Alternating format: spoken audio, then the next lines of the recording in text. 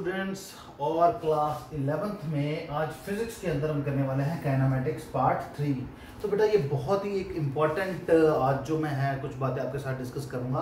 हाँ, ये वीडियो ज़्यादा लंबी नहीं है, बट सबसे इम्पॉर्टेंट चीज़ है कि इस छोटी सी वीडियो में बहुत ही इंपॉर्टेंट चीज़ों के बारे में बताने वाला हूँ। तो बेटा पूरी वीडियो देखना एंड तक, बिकॉज एंड तक मैं जिसके अंदर कंसेप्ट डिस्कस करूंगा वो बहुत ही ज़्यादा इंपॉर्टेंट होने वाले हैं। तो पहले तो हम इसको क्या करते हैं, मिटा देते हैं। उसके लिए हमें चाहिए डस्टर। तो डस्टर कहाँ गया? अभी तो यहाँ था, अरे वो वहाँ। चलो इसको हम यहाँ से मिटा देते हैं। और बेटा बहुत ही इंपॉर्टेंट चीज़ें डिस्कस करने वाला हूँ, और सबसे इंपॉर्टेंट चीज़ है कि इम्पोर्टेंस ऑफ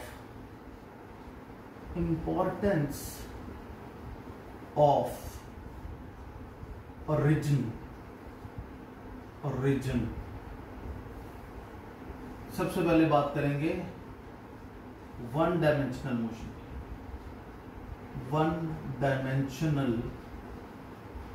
मोशन। बेटा ये टॉपिक को समझना बहुत ही ज्यादा इंपॉर्टेंट है, बिकॉज जब मैं +1 में था ना, तो ये वाला टॉपिक जो था इसको मेरे सर ने बहुत अच्छे से कराया था और मुझे याद है। और इसके कारण हमारे कई न्यूमेरिकल्स जो थे वो चुटकियों में निकल गए, जिसके अंदर बाकी को बहुत प्रॉब्लम होती थी, पर मुझे कुछ खास प्रॉब्लम इसमें नहीं आई और मैं नहीं चाहता कि आपको भी है। बेटा सपोज करो कि ये आपके पास एक रोड है, ये है अमृतसर,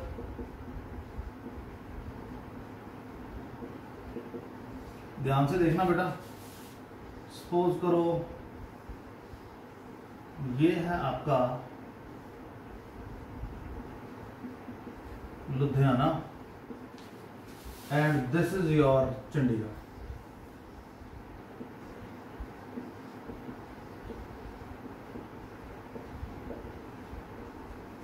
ध्यान से समझना इसको। अब एक बंदा है जो यहां से अपनी जिसने जर्नी शुरू की कार में सुबह 9 बजे, 9 से 10, 10 से 11, 11 से 12, 12:30 के आसपास, या चलो 12 बजे के आसपास वो बंदा यहाँ पे लुधियाना पहुंचा। इसको कोई काम था अपने दोस्त के साथ, उसने काम किया और 12 बजे ही आगे चल पड़ा। 12 बजे से लेके वो अप्रोक्सीमेटली 12 से 1 से 2 बजे वो चंडीगढ़ में पहुंचा। तो बेसिकली वो पहले अमृतसर से 9 से 10, 10 से 11, 11 से 12, 3 घंटे के अंदर यहाँ पे पहुंचा लुधियाने में।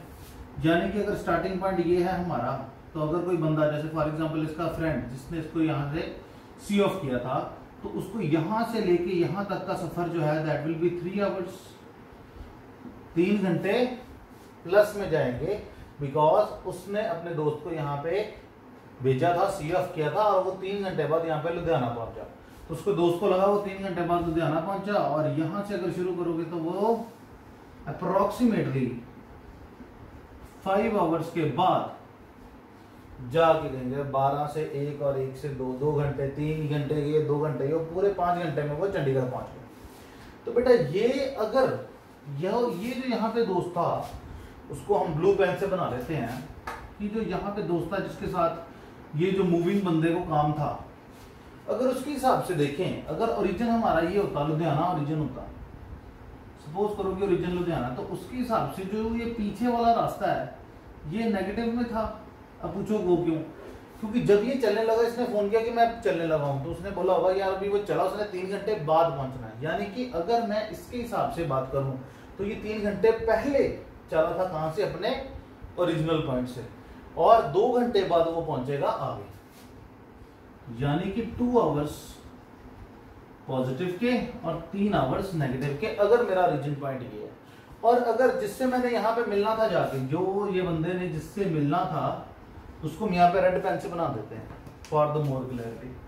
तो ये रेड पेन वाले बंदे के हिसाब से अगर मैं यहाँ पे ओरिजिन लूं, तो ये बंदा 2 घंटे पहले, -2 आवर्स पहले लुधियाना में था, और अप्रोक्सीमेटली -5 आवर्स पहले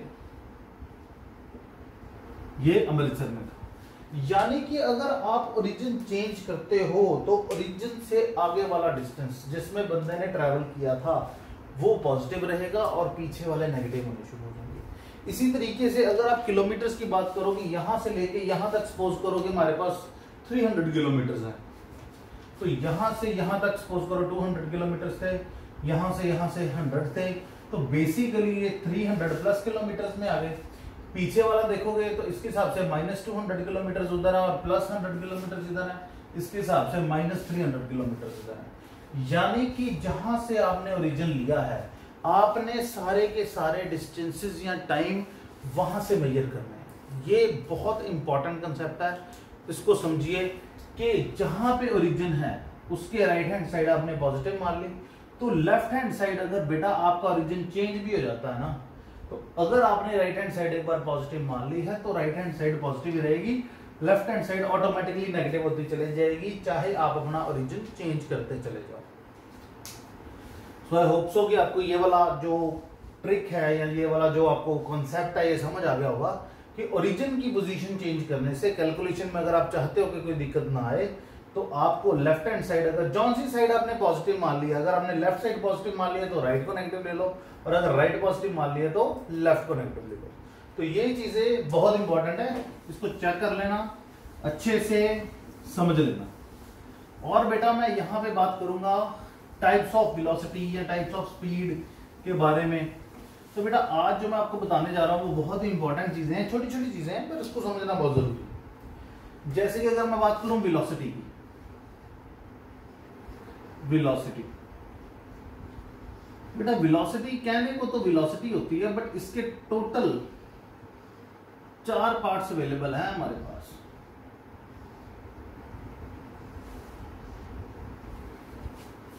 जैसे अगर मैं यहां पे बोर्ड डिवाइड कर लूं तो आई डोंट थिंक ज्यादा दिक्कत होगी, थोड़ी थोड़ी टेढ़ी लाइन चलेगी, थोड़ी सीधी कर देते हैं।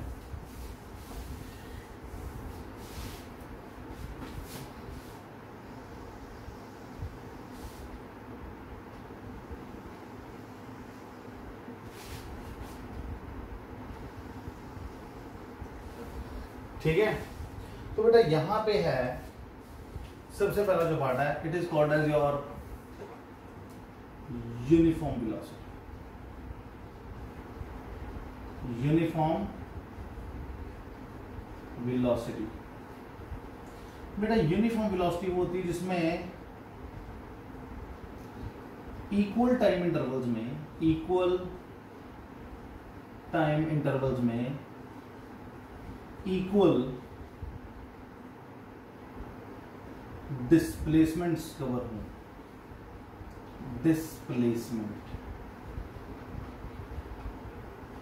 मैं इसको थोड़ा सा साफ करके लिख देता हूं, आपको यहां पे दिक्कत आएगी कि यहां पे आपको इक्वल डिस्प्लेसमेंट की बात करनी है। इक्वल डिस्प्लेसमेंट, तो बेटा इसको आपको समझना है बहुत इंपॉर्टेंटली। देखो अब वेलोसिटी है तो वेलोसिटी का फार्मूला जो जनरल है वो यहां पे लिख सकते हैं कि वेलोसिटी का जनरल फार्मूला होता है डिस्प्लेसमेंट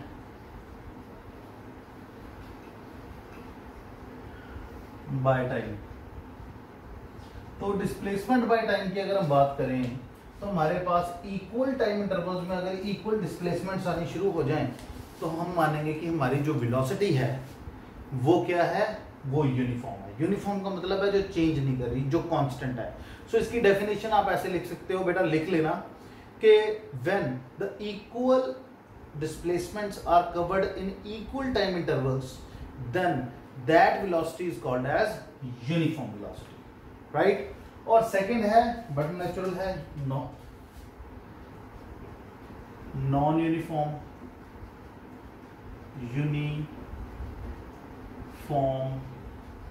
वेलोसिटी। बेटा इसको वैसे बेसिकली ऐसे नहीं लिखते हैं, इसको लिखा जाता है एक वर्ड जिसका नाम है वेरिएबल, वेरिएबल वेलोसिटी। तो वेरिएबल वेलोसिटी क्या होती है, जिसमें टाइम इंटरवल्स तो इक्वल होते हैं बट डिस्प्लेसमेंट्स इक्वल नहीं होती। So when in a displacement travelled, right, when unequal displacements are covered in equal time intervals then that is called as variable velocity। तो यहां पे लिख देते हैं when इक्वल टाइम इंटरवल्स तो होंगे, टाइम इंटरवल्स, बट रेड में लिख देता हूं यहां पे, अनइक्वल डिस्प्लेसमेंट्स होंगे, displacements. So equal time intervals में अगर अनइक्वल डिस्प्लेसमेंट्स हों तो उसको हम बोलते हैं नॉन यूनिफॉर्म वेलोसिटी। इसके बाद बेटा एक बहुत इंपॉर्टेंट पार्ट आता है जिसका नाम है एवरेज वेलोसिटी। एवरेज वेलोसिटी बेटा, एवरेज का मतलब तो हमें पता ही है, sum of observations by number of observations. But problem ये है कि इस चक्कर में हम सम ऑफ ऑब्जर्वेशंस तो ले नहीं सकते, तो छोटी छोटी अगर सारे डिस्प्लेसमेंट्स कवर कर ले तो क्या आ जाएगी, total displacement. So average velocity जो होती है, एवरेज, उसका फार्मूला होता है total displacement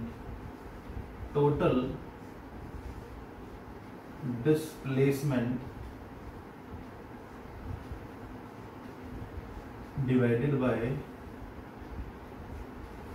total time taken, total time taken.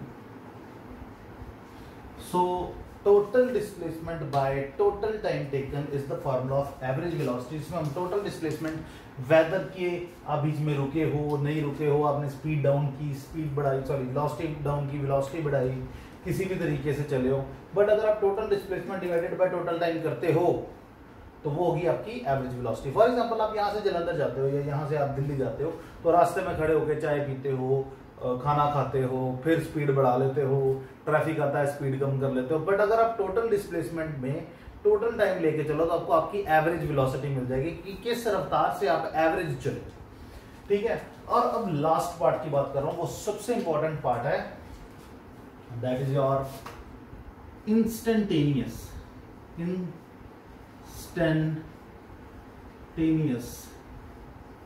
Velocity.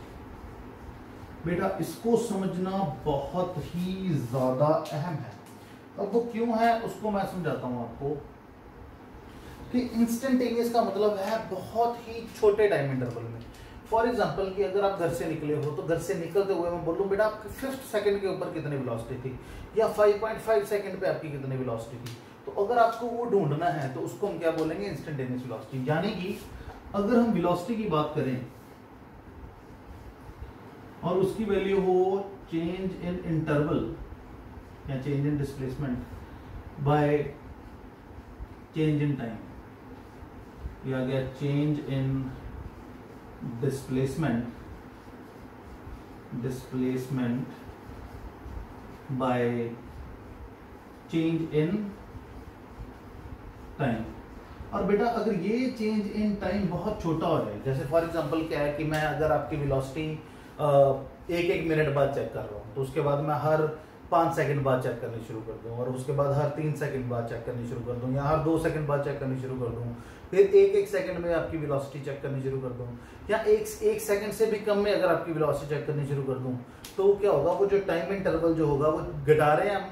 जैसे कि अगर आप अपनी बाइक की बात करो, जो पुराने जमाने के अंदर हमारे पास सुई वाले होते थे स्पीडोमीटर्स, तो जैसे स्पीड बढ़ाते थे तो उनको जो है वो उसको रिप्रेजेंट करते समय थोड़ा टाइम लगता था। डिजिटल मीटर्स में कंपैरेटिवली वो टाइम बहुत कम कर दिया गया, और जैसे ही आप स्पीड बढ़ाते हो तो आपका जो स्पीडोमीटर है वो आपको डिजिट्स में बता देता है कि आपकी स्पीड कितनी बढ़ी है, कितनी कम हुई है।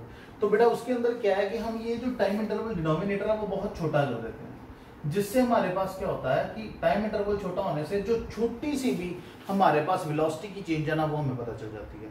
So it is very important to note the small variations in velocity. जहां पे बहुत ज्यादा स्मॉल वेरिएशंस इन वेलोसिटी को ढूंढना हो, जैसे कि आपका स्पीडोमीटर, वहां पे हमारे पास होती है इंस्टेंटेनियस वेलोसिटी। जैसे फॉर एग्जांपल आप एकदम से बाइक चला रहे हो, आपकी स्पीड 80 किलोमीटर है, साथ में ब्रेक लगाई, एकदम डाउन आ गई, तो वो जो एकदम डाउन आई है, तो वो जो आपका मीटर हिल रहा है वो आपको हर 1 सेकंड के बाद बता रहा है कि आपकी वेलोसिटी कितनी है। सो इसको रिप्रेजेंट करना होता है बेटा ऐसे, v is equal to limit delta x tends to 0। Tends to 0 का मतलब है, सॉरी डेल्टा t, x नहीं आएगा, डेल्टा t आएगा। टाइम इंटरवल छोटी कर रहे हैं ना, तो अगर आप टाइम इंटरवल छोटी कर रहे हो बट जीरो नहीं लेके जा रहे, आप 0.5 सेकंड से ले सकते हो, 0.2 ले सकते हो, बट जीरो नहीं ले सकते। कहता है कि जब limit delta T tends to zero, अगर आप उस पॉइंट के ऊपर delta X by delta T calculate करते हो तो वो जो आपकी वेलोसिटी आएगी that will be your instantaneous velocity. और जब बेटा ये वाला साइन लग जाए ना तो हम डिफरेंशिएशन में लिख देते हैं, यानी कि dx by dt whenever this limit is taken in physics, तो उसके बाद ये वाली सारी टर्म को आप इस वे में रिप्रेजेंट कर सकते हो। अब डिफरेंशिएशन का क्या मतलब होता है, उसे कहाँ यूज किया जाता है, वो मैं आपको अगली वीडियो में बताऊंगा या शायद उससे भी अगली वीडियो में, बट आप फिलहाल के लिए जान लो कि ये जो d है इट रिप्रेजेंट्स द डिफरेंशिएशन।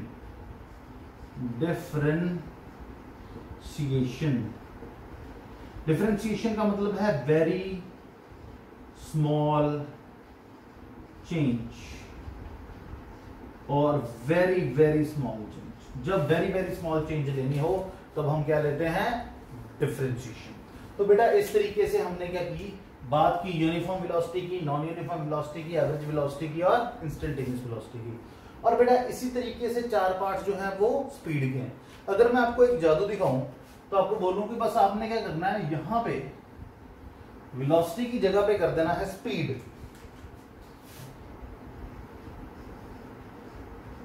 और जहां जहां आपने डिस्प्लेसमेंट वर्ड यूज किया है उसको चेंज करके आपको कर देना है डिस्टेंस। डिस्टेंस